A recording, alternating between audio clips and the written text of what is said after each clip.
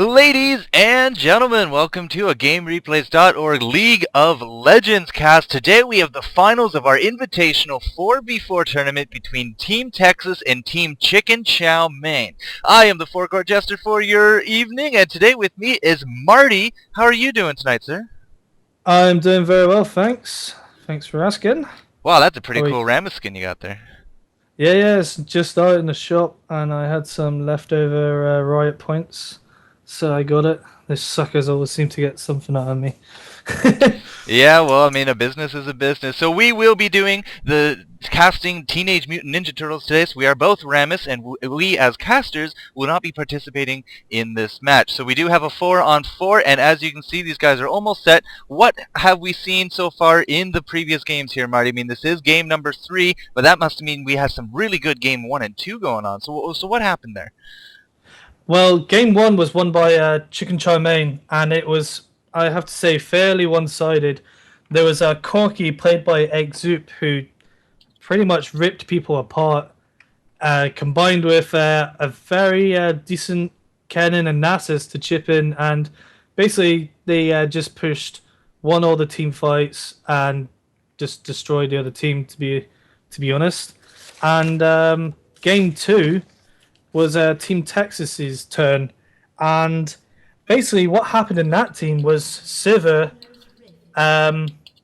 couldn't Exoop picked Sivir because Corky was banned, so he couldn't go his usual DPS, and he decided to go for a pushing champ, and it basically became a race to the Nexus. We had Team Texas, all 4 of them, took the Baron and then pushed down the mid, taking on 3 of the 4 people in Chicken Chow Mein, while Sivir was pushing the bottom lane all the way to the Nexus.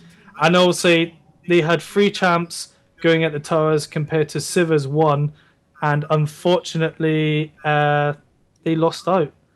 But it was quite intense. It was quite a boring match, that game 2, up until the last Nexus. Up until the Nexus rush.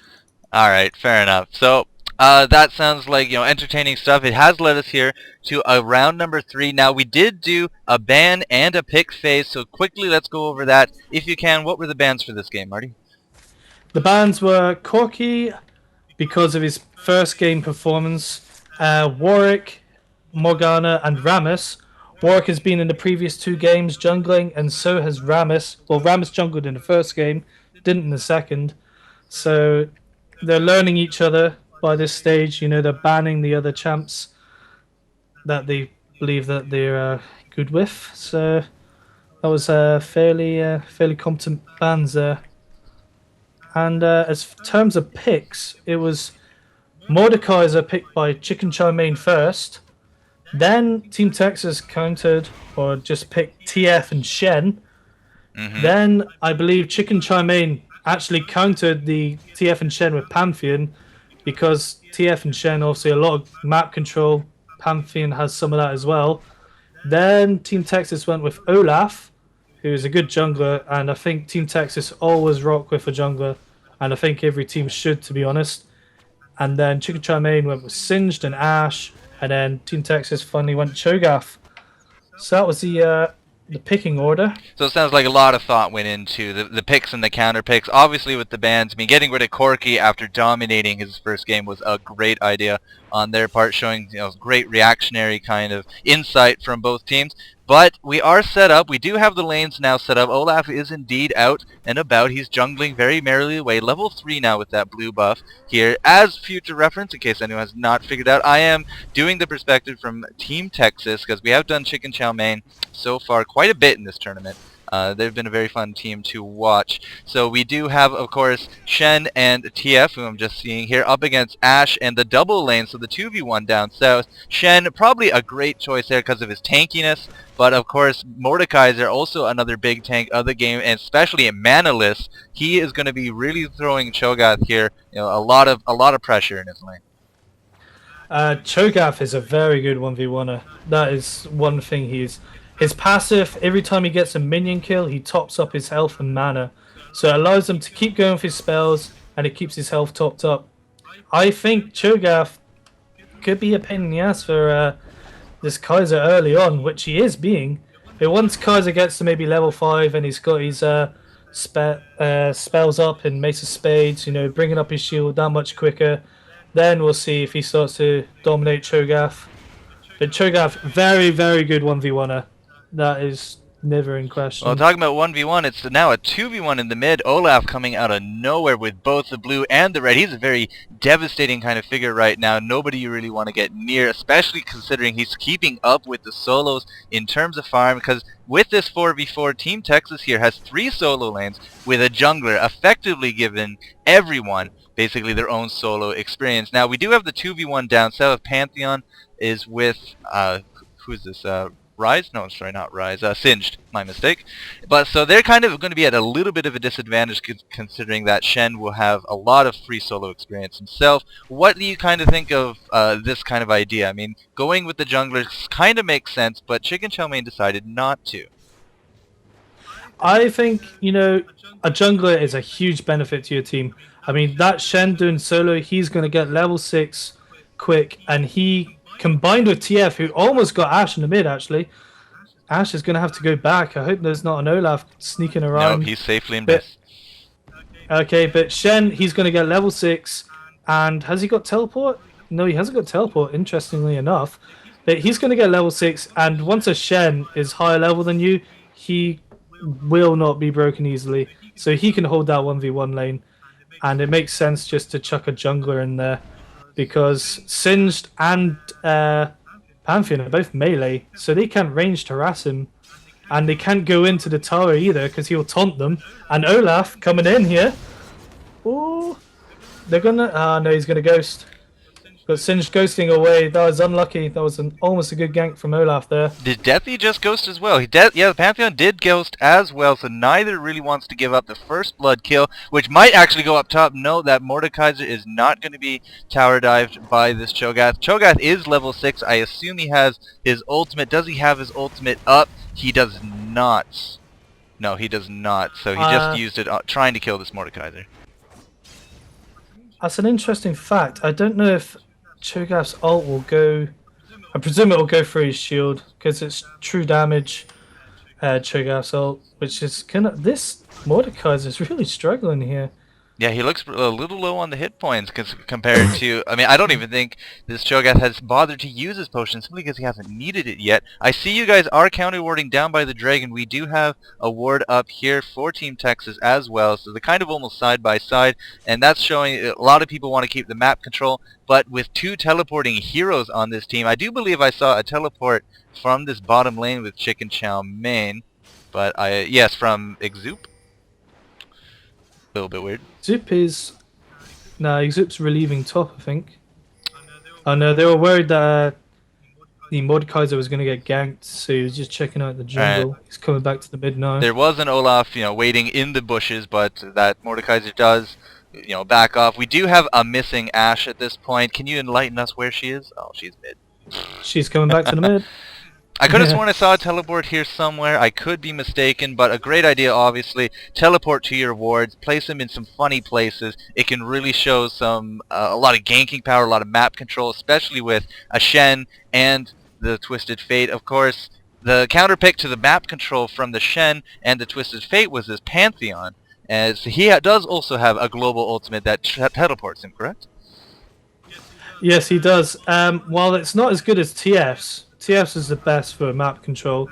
Deafy's, or Pantheon's, is a counter to that. If, TF ports top, he can react and jump on the minion wave, totally mince it. But I'm actually really disappointed that both TF and Shen did not take teleport. That is, I'm upset at that. I love to see a TF and a Shen with teleport. Then it is ultimate map control, because then Shen can teleport top to put his shield on someone and then instantly teleport back bottom so that bottom lane could not be pushed. It's a great tactic, and it's what I always do when I play Shen, and I play him quite a lot. Same for TF. He can use his the teleport spell to go top, push it. As soon as he sees danger coming, then he uses his ult to teleport somewhere else, because I think his teleport on his ult is quicker and harder to disrupt than the teleport That's why I like to take teleport in those two champs, but they haven't done that, so let's not dwindle on that. Yeah, well, that'll be Nice. something we will not see this game. Definitely for sure.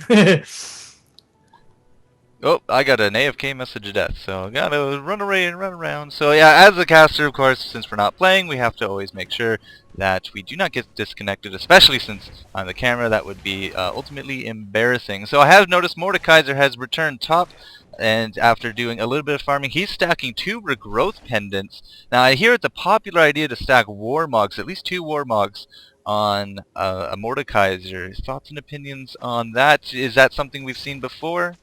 No, I think that's crap. Okay, fair enough. No, the typical build, and it's one that someone I play with regularly does. Sneaky, it's called on the forums, and he goes Randuin's Omen first, because there's one thing Mordekaiser doesn't have, and that is CC, and the Randuin's Omen gives you an activated slow, which is some CC. You know, it's not a lot, but it makes up for something. And it also gives you health regen, which is good since all Mordekaiser's spells cost a bit of health. Not much, you know, but it's something. But I'm seeing the Kaiser build here, and I'm thinking he's going to rush a Force of Nature, because 2 regrowth pendants and a Negatron cloak going to that, which is not the best, because I'm looking at TF, I'm thinking he's going to go DPS. Olaf is DPS. Cho'Gath is magic, pretty much, and Shen's pretty much magic. So it's a good balance, and I wouldn't rush the Force of Nature. You need health more than anything, especially with the true damage nuke of Cho'Gath's ult and of Olaf. You know, that magic resist is not going to do anything. Speaking of Olaf, he has come out of the jungle down here. He's going to be trying to use those axes to slow down this Pantheon. Pantheon could be in a little bit of trouble. He is a little behind, but he is not going to be grabbing a kill, almost taking Olaf with him to the grave. That is our Bloodlust kill 11 minutes into this game, ladies and gentlemen.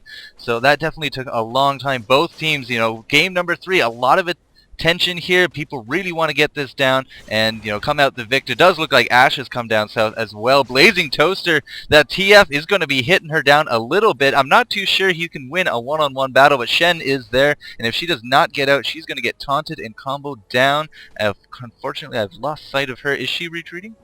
Yeah, she's going back to the mid, and Singe has gone bottom. Singe was already bottom, I believe. Yeah, we started to run up to maybe support Ash in the bush. So, yeah, that was definitely, it was unlucky not to get first blood on Olaf there, but it was a good teleport from TF into support and assassinate, which is what he does best. No, looks like Olaf wants a little bit more blood. Red in his eyes, going to be chasing this Ash down. Not going to be tower diving. Keep going, yeah. Oh, nice ult from Shen. He unfortunately didn't taunt the Pantheon. Oh, he's not going to tower dive. Oh, what's going on up top? Mordekaiser landing a kill as all our attention here is focused in the mid, but 3 of Team Texas has come to the mid trying to grab that Ash kill, but Deathy really put that plan in stop as that tower plus a Pantheon. I mean, a Pantheon is kind of akin to a glass cannon, I believe, whereas he's kind of squishy, but he can put out a lot of damage, and I guess just the presence of him here was enough to divert this gank. And, I mean, it looks like Chicken Chow Mein has even picked up a kill up top on that Cho'Gath, so win-win situation right there. I'm really surprised at the... an Ash Arrow hitting the TF in the mid, but we can't capitalize on it. Yeah, I'm surprised the Mordekaiser got their kill on Cho'Gath up top, to be honest. Yeah, we were too distracted, unfortunately, to catch it. Yeah, no. But, yeah, it was good good support there from Deathy, jumping in there to force them out off the Ash, who was very weak. And Singed, is he just farming like a boss? 59 minion kills. Let's have a quick scan of the minion kills. Oh, AFK message of death. Okay, keep going. Mordekaiser 93 versus Cho'Gath 88, so that's pretty close. We had Ash in the mid with 69 versus TF 89, so TF significantly out farming Ash there. That's me. Just to Oh, interrupt you damn here, Marty, I do believe Ash is going to be thrown a bit more into the negative as she gets a combo down there by that TF and Olaf. Olaf's lightning bolt taking her down, so to speak. So she was up top, I do believe, with that Choga.